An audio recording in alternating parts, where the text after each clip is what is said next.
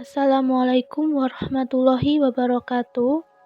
Kami dari kelompok 3 akan menjelaskan materi tentang laporan akuntan yang beranggotakan Dina Ajeng, Aisyah Kumaini, Nanda Resti, dan yang terakhir Putri Pramusanti. Laporan akuntan pada akhir pemeriksaannya dalam suatu pemeriksaan umum General Audit KAP yang memberikan suatu laporan akuntan yang terdiri atas laporan opini dan laporan keuangan. Laporan opini di mana akuntan publik memberikan pendapatnya terhadap kewajaran laporan keuangan yang disusun oleh manajemen dan merupakan tanggung jawab manajemen. Yang kedua, laporan keuangan. Ini terdiri atas laporan posisi keuangan, laporan laba rugi, laporan perubahan ekuitas, laporan arus kas, catatan atas laporan keuangan, dan informasi tambahan berupa lampiran mengenai perincian pos-pos yang penting seperti perincian piutang, aset tetap, liabilitas, beban umum dan administrasi, serta beban penjualan.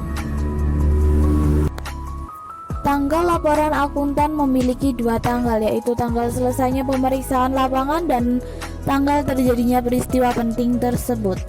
Tanggal laporan akuntan harus sama dengan tanggal selesainya pekerjaan lapangan dan tanggal surat pernyataan langganan, karena menunjukkan sampai tanggal berapa akuntan bertanggung jawab untuk menjelaskan hal-hal penting yang terjadi.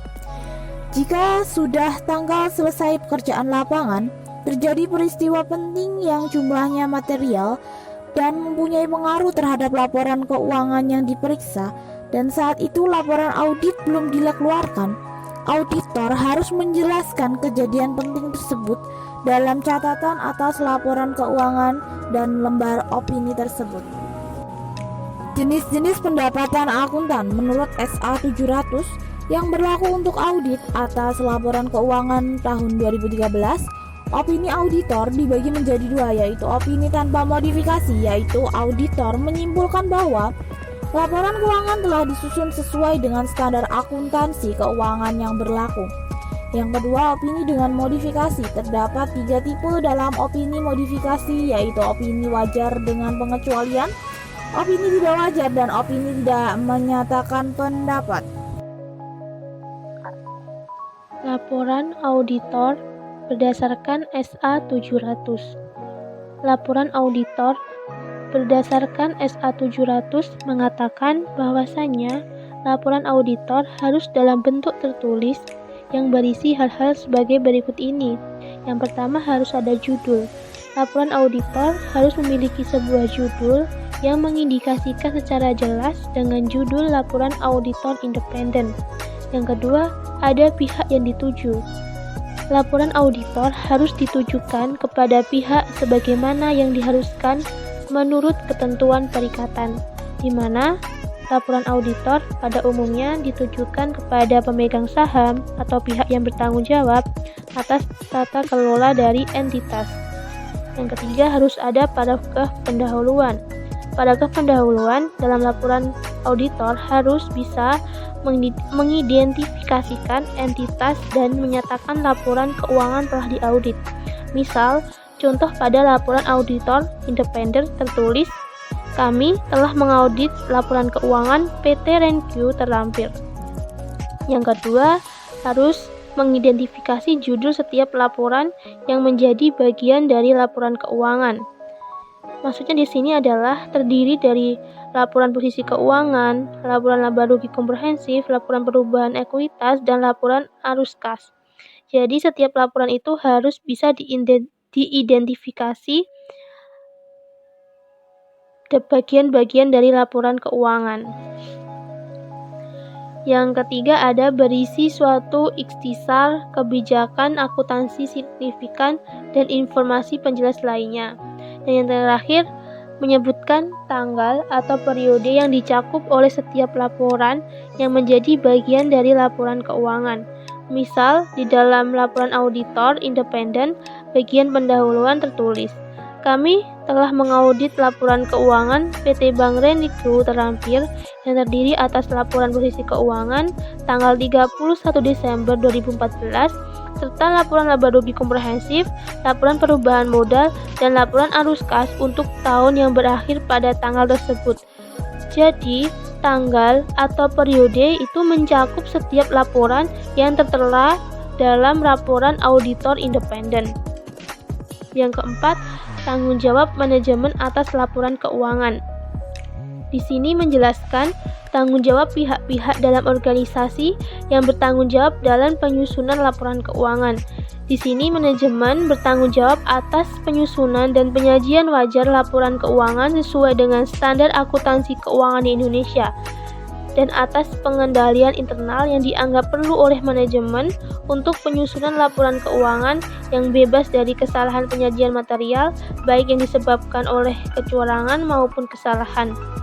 Yang kelima, tanggung jawab editor. Di sini menjelaskan bahwa audit dilaksanakan berdasarkan standar audit yang ditetapkan oleh Institut Akuntan Publik Indonesia. Standar tersebut harus dipatuhi yang berkaitan dengan etika. Jadi, auditor itu harus mematuhi etika agar laporan keuangan tersebut bebas dari kesalahan penyajian material. Yang keenam, ada opini auditor. Di sini maksudnya adalah laporan keuangan menyajikan secara wajar dalam semua hal yang material sesuai dengan standar akuntansi keuangan di Indonesia. Yang ketujuh, tanggung jawab pelapor lainnya merupakan tambahan terhadap tanggung jawab auditor dan dinyatakan dalam suatu bagian terpisah dalam laporan auditor yang diberi judul pelaporan lain atas ketentuan hukum dan regulasi. Yang kedelapan, harus ada tanda tangan auditor. Laporan auditor harus ditandatangani. Yang kesembilan, ada tanggal laporan audit. Maksudnya tanggal yang dicantumkan yaitu setelah tanggal ketika auditor telah memperoleh bukti yang cukup dan opini yang tepat. Dan yang terakhir, harus ada alamat auditor. Laporan auditor harus menyebutkan lokasi tempat auditor berpraktik. Laporan auditor berdasarkan SA 705. Standar audit SA 705 tentang modifikasi terhadap opini dalam laporan auditor. Terdapat 3 jenis modifikasi terhadap opini auditor. Yang pertama, opini wajar dengan pengecualian. Yang kedua, opini tidak wajar, dan ketiga, opini tidak menyatakan pendapat. Opini wajar dengan pengecualian maksudnya di sini adalah laporan keuangan mengandung kesalahan penyajian material serta ketidakmampuan laporan keuangan untuk memperoleh bukti audit yang cukup dan tepat. Yang kedua, opini tidak wajar. Di sini auditor harus menyatakan suatu opini tidak wajar ketika auditor menyimpulkan bahwa adanya kesalahan penyajian secara individu atau kelompok. Yang terakhir, ada opini tidak menyatakan pendapat. Auditor tidak boleh menyatakan pendapat ketika auditor tidak dapat memperoleh bukti audit yang cukup dan tepat mendasari opini, dan auditor menyimpulkan bahwa kemungkinan dampak kesalahan penyajian yang tidak terdeteksi terhadap laporan keuangan.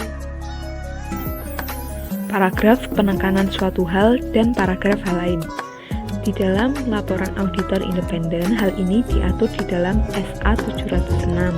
Yang pertama, ada paragraf penekanan suatu hal, yaitu suatu paragraf yang tercantum di dalam laporan auditor yang mengacu pada suatu hal yang telah disajikan ataupun diungkapkan dengan tepat di dalam laporan keuangan yang menurut pertimbangan auditor sedemikian penting bahwa hal tersebut adalah fundamental bagi pemahaman pengguna laporan keuangan atas laporan keuangan.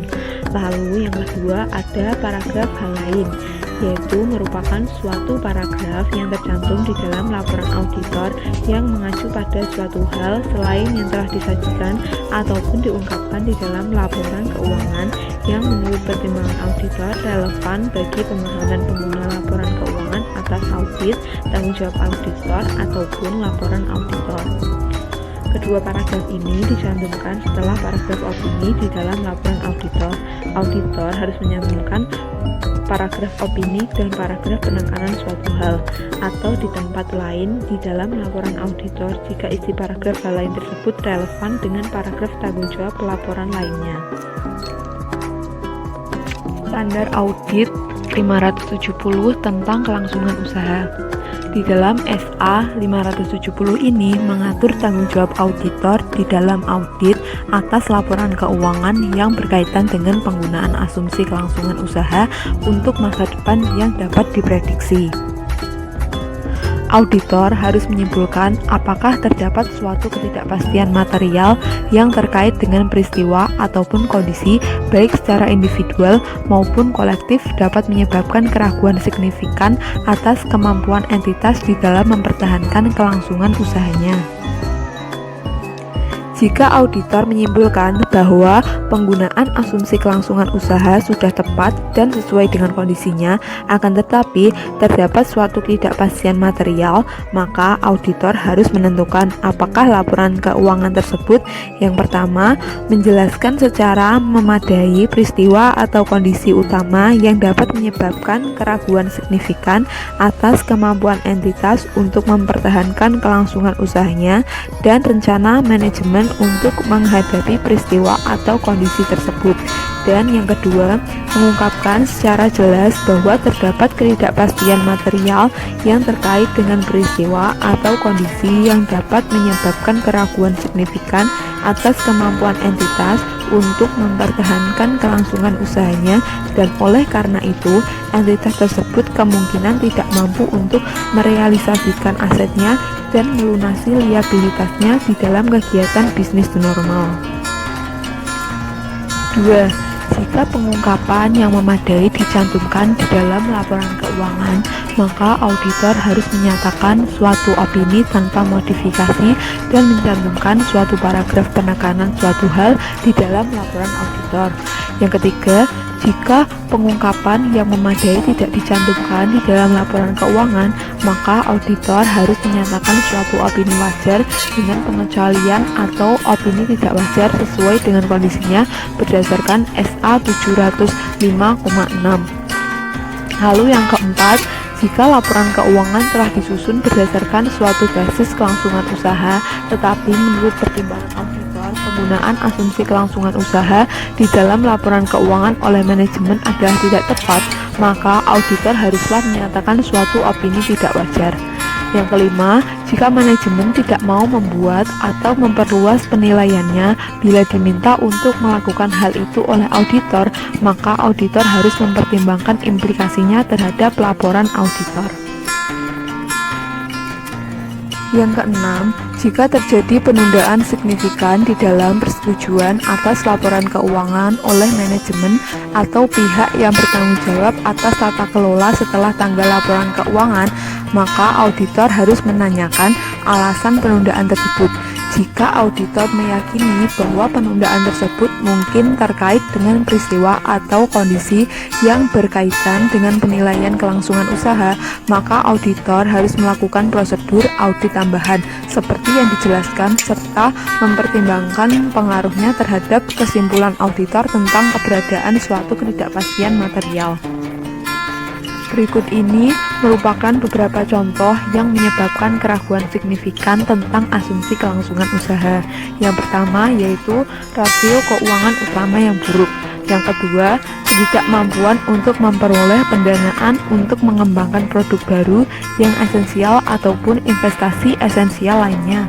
Yang ketiga, ketidakmampuan untuk melunasi kreditur pada tanggal jatuh tempo. Yang keempat, ketidakmampuan untuk mematuhi persyaratan perjanjian pinjaman. Kesimpulan audit dan pelaporan. Pertama, pelaporan audit ketika pengungkapan ketidakpastian material sudah memadai, maka digunakannya paragraf penekanan suatu hal. Yang kedua, pelaporan audit bila pengungkapan ketidakpastian material tidak memadai. Yang digunakan adalah 1. Basis untuk opini wajar dengan pengecualian dinyatakan sebagai opini wajar dengan pengecualian. Yang kedua, basis untuk opini tidak wajar dinyatakan sebagai opini tidak wajar. Yang ketiga, penggunaan asumsi kelangsungan usaha yang tidak tepat maka berlaku bagi auditor untuk menyatakan suatu opini tidak wajar. Laporan audit independen tentang dampak memburuknya kondisi ekonomi Indonesia terhadap kelangsungan hidup entitas. Dalam memburuknya kondisi ekonomi terhadap kelangsungan hidup entitas, maka auditor perlu mempertimbangkan 3 hal. 1. Kewajiban untuk memberikan saran bagi kliennya dalam mengungkapkan dampak kondisi ekonomi tersebut, jika ada, terhadap kemampuan entitas di dalam mempertahankan kelangsungan hidupnya. Yang kedua, pengungkapan peristiwa kemudian yang mungkin timbul sebagai akibat dari kondisi ekonomi tersebut. Yang ketiga, modifikasi laporan auditor bentuk baku jika memburuknya kondisi ekonomi tersebut berdampak terhadap kemampuan entitas untuk mempertahankan kelangsungan hidupnya. Dalam memburuknya kondisi ekonomi terhadap kelangsungan hidup entitas, maka informasi yang perlu diungkapkan oleh manajemen terdiri atas 4 komponen berikut ini. 1. Gambaran umum memburuknya kondisi ekonomi Indonesia dan wilayah regional Asia Pasifik pada umumnya. 2. Uraian tentang tindakan manajemen dalam memberikan respon atas memburuknya kondisi ekonomi tersebut. 3. Uraian tentang rencana tindakan manajemen yang belum diimplementasikan. 4. Pernyataan manajemen bahwa penyelesaian memburuknya kondisi ekonomi tersebut tergantung atas kebijakan ekonomi dan moneter yang akan diambil oleh pemerintah Indonesia yang berada di luar kendali perusahaan. Pertimbangan auditor atas kemampuan entitas dalam mempertahankan kelangsungan hidupnya diatur dalam PSA nomor 30 IAPI 2011 341.1 sampai dengan 342.7.